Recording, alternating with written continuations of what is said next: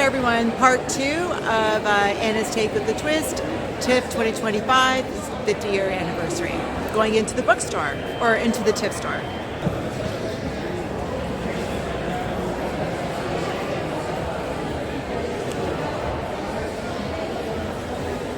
Well, I see they sold several books from yesterday when I was here. Ryan Reynolds' book, that one is looking a lot slimmer. Guillermo del Toro book. Dwayne Johnson, and of course, Brian Cox. I love Brian Cox. Great story.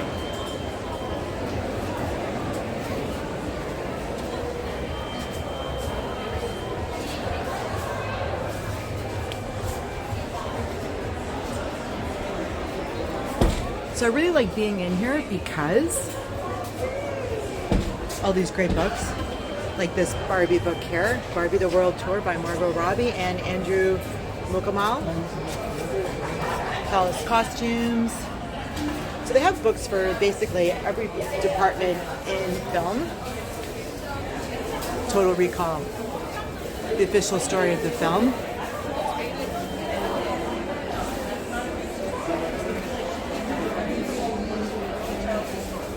And the books are just, the books are the same price everywhere else.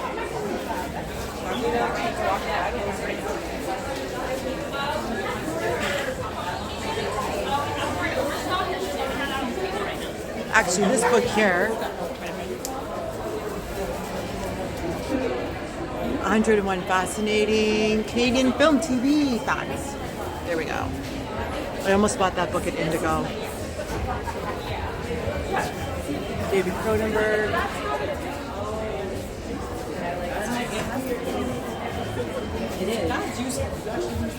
Of course, everyone doesn't know the making of Mean Girls. Mean Girls was actually filmed here in Toronto.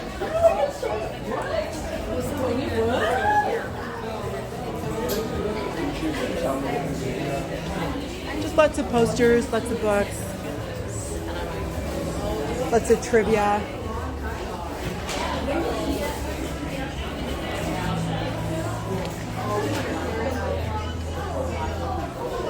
And then, of course, we also have sweatshirts, hoodies, that kind of thing.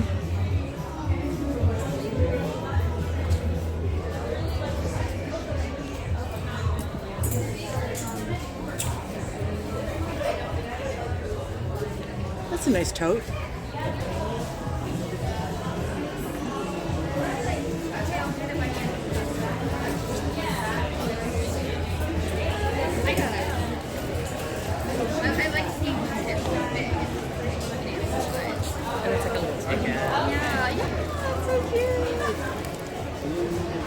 So that's the TIFF store, filmed on Friday, September 5th, and today is Sunday, September 7th. As you can see, a lot of books have been sold since then. Okay, let's just continue with part 2 of TIFF 2025, 50 years. We're just gonna head over right now to the little side street. It's John. It's kind of loud. As you can see, they have Toronto Film School.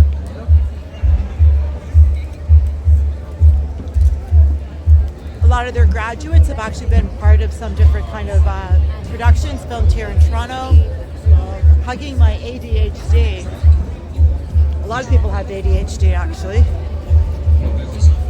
So because it is Sunday, well actually I think these people are on lunch.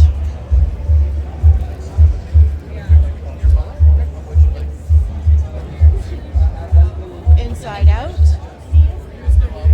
That's the L2S LGBTQ. I forgot an L. Lots of people today.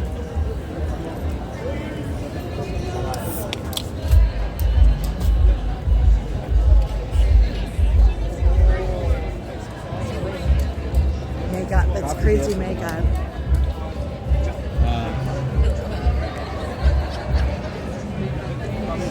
So it's College of Makeup, Art and Design.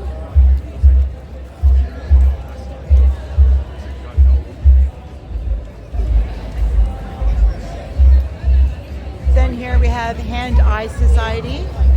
They do a lot of animation. nonprofit. And they've actually worked with Ubisoft, which is also here in Toronto on Wallace Street. Real Asian.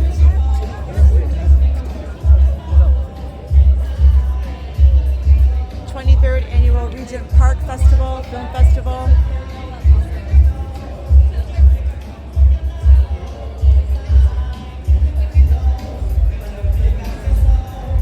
Not sure what's happening here.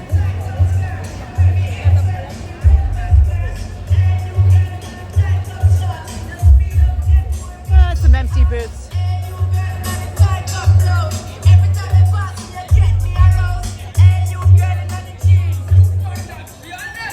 Luminato Festival.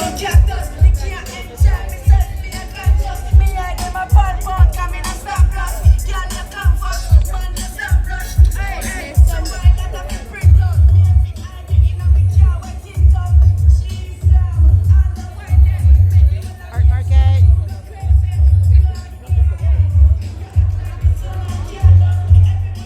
I'm just going to say these people are in lunch.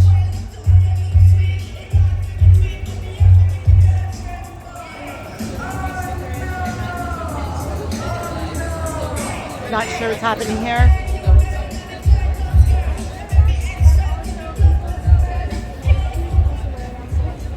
Canadian film, real Canada. So real mean like the real as in R-E-E-L, not R-E-A-L. Hi folks, we're gonna have to clear the exit, please. Can you let people out? Guys, clear the path. I have no idea who we're looking at. At this point, we don't let anyone else in, even if people are leaving, because it's a safety issue. And this carpet will be done soon, so we're at a point where we don't let people in regardless. It's on the website too. So in the fan zone, we're 20 minutes before the carpet.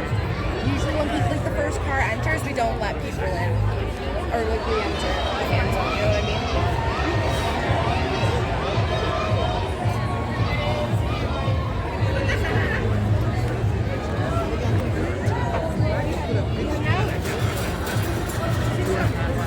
Thank you. 他说不是，他刚才给他有些是还是。Thank you so much.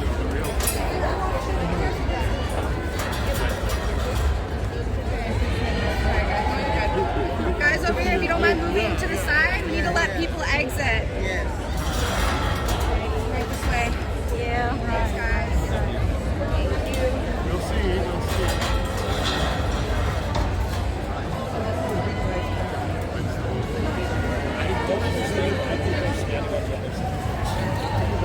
It's gonna be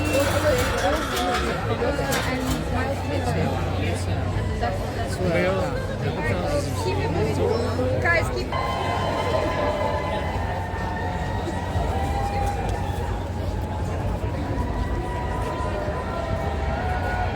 So this right here is the fan zone. So there's two levels to this fan zone. One, you have to get into through Rogers, be a Rogers customer, and then you can get into there. Then you can also be actually three separate ways. RBC card holder of a Visa card. Then you can apply to get your free ticket from TIFF to get into another section of this. And then you can stand here. I just kind of found that just walking along. I didn't know what I was doing, which is how I spend most of my days, just trying to figure out what I'm going to do for filming. I walk down the street and I don't realize that they're going to be filming something there. So yes, just trying to find a quieter corner. Well, that was an interesting little detour that we had there. I've never gotten actually that close to someone at the fan zone or anything. Obviously, I've been close to people in the arts because I'm a background performer in Toronto for TV shows and movies. So I've seen a lot of people up close. I've spoken to some people. So yes, very, very interesting. So that's as I said in the earlier in the video, if you are like a member, if you're Rogers, if you're a Rogers customer, then you have the opportunity to win a spot over there, probably in the bleachers, or then also if you are a member of RBC, if you have like a Visa, I think it's like the Infinity. Last year it was the Avion points, if you had Avion points. I actually have a Visa card through RBC, but I didn't have like one with the Avion points, so I couldn't get in there last year. So anyway, like I said, it's a pretty interesting way of seeing things. I've always been a little bit confused by the whole membership thing. So as you can see right here, the purple right there is for people who are under the age of 25 and they get in for free. Then you have the yellow, The old is the actual membership, that's $120. Now, if you're a senior, you want to be that kind of a member, then you get it for a reduced price. And if you are under 25, you want that, it's also at a reduced price.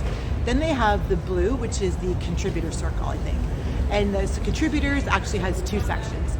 So one section is called contributor, and that's for $500. Then they have a sustainer, and that is $1,000.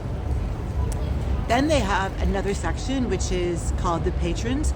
So the three sections there in gold are, the first one is the patron, and that is for $2,500. Then they also have the champion for $7,000. And then they have the leader, which is $15,000. So as you can see, like the different bars as they go along, they offer like different perks. So if you're farther down, obviously if you're paying $15,000, you get far more perks than someone who's getting it for free or someone who's paying $120 for their membership. So this is how it works. When you want to buy a TIFF ticket, the people who spend the most money for their membership actually get first dibs on actual tickets themselves. So then they'll pick out their tickets. So the people that spend $15,000 will pick out their ticket, and then it just kind of goes on down the road. Then after that, you have people who are like in the industry.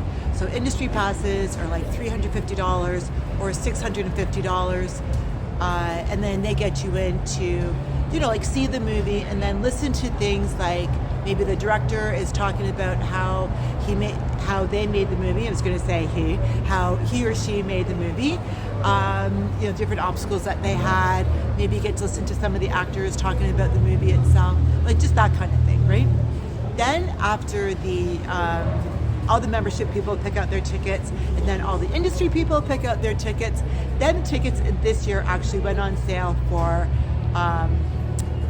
tickets remaining, and that was on August 25th of 2025 for the 50-year anniversary of TIFF. So that is actually, tickets for that are only bought online, so you can be anywhere in the world and you can buy those tickets. Now some tickets start at like $29, other tickets start at, those are like your basic ticket, and then like a standard. Then you have like your premium ticket. Some of those are start at $43, go up to $45, and they go up. So even like your standard ticket goes up. So after those tickets online have been purchased, then you can come to TIFF and you can actually buy some tickets at the actual ticket booth. Or you can stand in line, like people were doing in the last video that I showed, people were standing in line for like the rush tickets. So if you want to get a rush ticket, you basically stand in line and you hope to God that, or maybe all the gods, that the movie that you want to see doesn't have someone show up, and then you can make it in to see that movie. So I used to do that in all the other years that I would come. I didn't do it last year or the year before, but that's what I used to do. And then sometimes you would stand in line and people would be like, hey, I've got like 2 tickets, and they would have the tickets right in their hand, and then you could just buy them like cash for like a reduced rate, right? Because sometimes, people they decide they don't want to go anymore, something comes up, or they want to go see another movie, they can't, they don't want to see that movie anymore, which sometimes does happen. So that's how I used to get my tickets. Now, last time I did that was actually in 2019, because of course we had the pandemic in 2020, 2021, and then 2022, and then this is 2025. So last year, 24 and 23, I didn't do that. So something else that people are doing is they're buying tickets online from scalpers. So the movie Frankenstein by Guillermo del Toro, was actually filmed here in Toronto and the surrounding area. I mentioned that in my last video. Now, some people are actually buying tickets for $500. Now, I don't know if I would do that. Apparently it's like registered through Ticketmaster, and people are doing it all the time. I actually wanted to go see this movie, and as I was getting information for the ticket, for the members' benefits and the different pricing and all that, where I took the picture, I spoke to someone. She said that she's a contributor, so she paid $500 for hers, and she has those benefits. And then I asked her about this one specific movie, and one ticket was $93. And I was like, as much as I really like and appreciate that actor, I'm still not paying $93. So I'm just gonna I found another one of these today, so I'm gonna give this the screen to someone. Hopefully I can find just one more, because I would like to do that. But because I am a background performer in Toronto and the surrounding area, do I get excited? Sometimes I still get excited about seeing certain actors and being on certain sets, of course. And I'm always curious, though. I'm always curious. If there's a book, 9 times out of 10, I will try to read it. So I don't know. I mean, like I said, I just couldn't part with the $93 to go see that one movie. And even the lady said to me, she's like, I don't think the seat's all that great. And so I thought that was really nice that she was at least honest with me, because everyone wants a sold out show everywhere, right? And it always looks better for them. So once again, I'm really grateful that she was honest. So on my travels, when I was actually here on Thursday, I grabbed a bite to eat. I was just sitting down. It was kind of late, not late, 12 o'clock, midnight, but I mean, it was starting to get dark. So I sat down and had something to eat, and I was just said something to someone, and that person had said something about being a background performer, meeting different people, and here's what they had to say. So we're sitting here on Thursday, September 4th, 2025 at TIFF 50, and your name is? My name's Mike Mallot. And you were in what movie? Amelia, 2009. And you got upgraded? I did. I was working as a background extra, sitting in the Elgin Theatre, 7 o'clock in the morning in a tuxedo, feeling rather bored. And one of the assistant directors came out and said, "Who hasn't been seen much on camera?" So I raised my hand. And he goes, "You and you and you and you and you," and took a bunch of us down to the stage at the Elgin Theatre. The director and producers are all there. They throw a script in our hand and say, "Read this." I was lucky enough to win the part. Good. Which was quite an amazing jump from background extra, especially money-wise. So you then became a principal actor on the show. So now you got a credit. Yes, exactly. So now that makes you actor apprentice? Exactly, which I was for 14 years. And so did you take the buyout? Did you get a buyout, or did they? There was a buyout, but I get residuals. Good for you. Yeah, I recently received some, a very small amount, mind you. It's been 17 years, so. Right, okay. Now you want to tell us about Guillermo del Toro. I can never pronounce his name. Guillermo del Toro. Okay, go ahead. Yes, what happened to you? Well, way back in 1997, he filmed his first feature film here in Toronto. Okay. He did not have a good experience. Oh. I was a background extra on that. Of course, nobody knew who he was at that time, nor me or anybody else. But I was filming a scene at Union Station, which they were trying to make pass for Grand Central Station. They had 700 extras working all night long, and they had the star of the show was Mira Sorvino. And what is the production title, the name of the production? Mimic, It was a horror film about sort of these Mothman creatures in the New York subway. Okay. And, of course, she went down with other people and battled these creatures. And this is supposed to be the final scene where she walks out of the subway. She's completely disheveled, full of subway grime. Like, she was not looking glamorous that day. Right. And she's supposed to come up the steps of what's supposed to be Grand Central Station. and that's supposed to be like pretty much the end of the movie. You know. Okay. However, as it turns out, when they viewed the film, all their efforts to make it look like Grand Central Station failed. Anybody who had ever seen it or been there would know instantly that's not Grand Central Station. Right. So that means it ended up on the cutting room floor. Wow, the whole scene. That happens a lot. That happens a lot. Can you imagine the amount of money? 700 extras. Wow. Renting Union Station overnight. Wow. Yeah. Yeah. So 700 extras. So was this like a period piece or was it contemporary? It was contemporary. Okay. Yeah, okay. but it was, as I say, this monster movie thing, and it's just supposed to be the end scene where she's already defeated the creatures and she's escaping back to real life or whatever, or back to the surface. Yeah. And so, Shape of Water, what happened there? Oh, okay. Well, that was a great thing. I worked on it for several weeks, background extra. I was in a lab coat in a scene where they brought the creature into the lab, captured creature. And in between scenes, Guillermo goes to me, Dr. Sagan, come here, please. Oh. I thought that was very nice. I'll take that, Dr. Sagan. So I walked over, yes, sir. He says, I want you to stand by Michael Schulberg as if you're whispering in his ear. And of course, I'm going inside.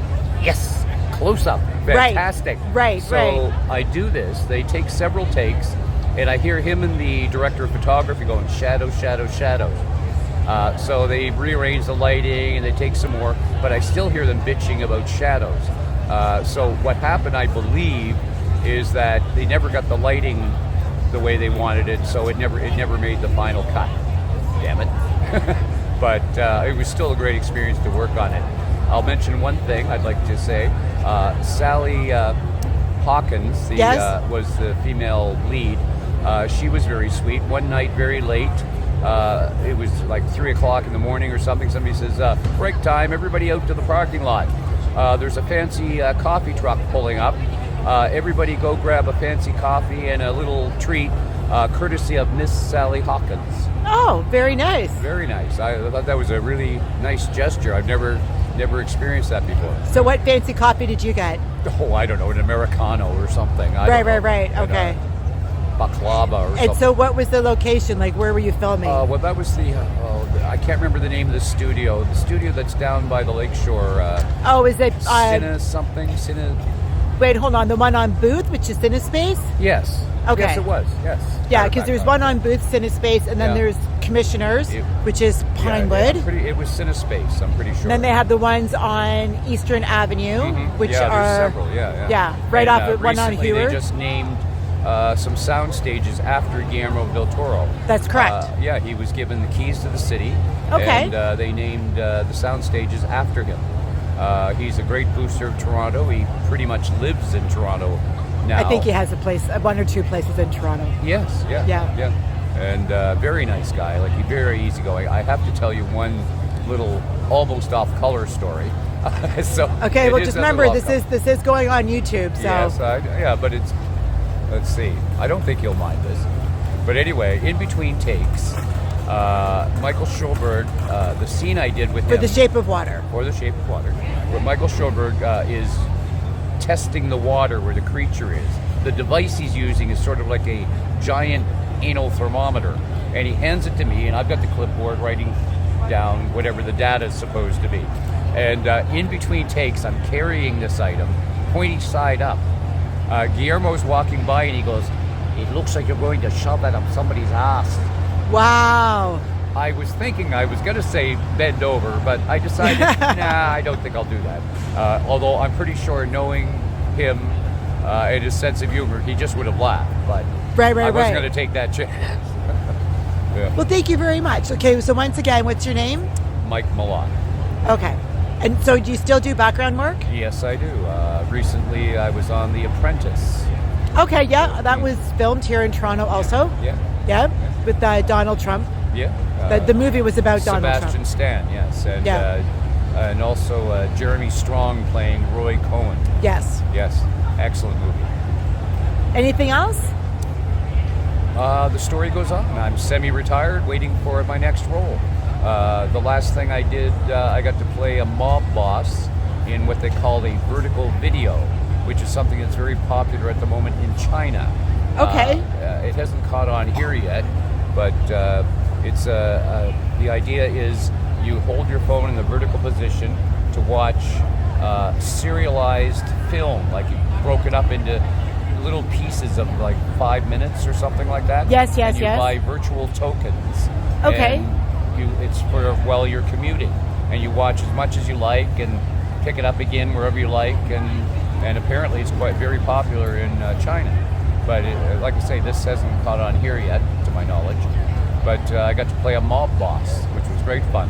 Having a goon over each shoulder and being intimidating, So it was fun. Thank you very much. You're welcome. I know, pretty interesting story, right? Those things really do happen on set, not very often, but they do happen where people just automatically get a line. It hasn't happened to me, although I've met a few people that it has happened to.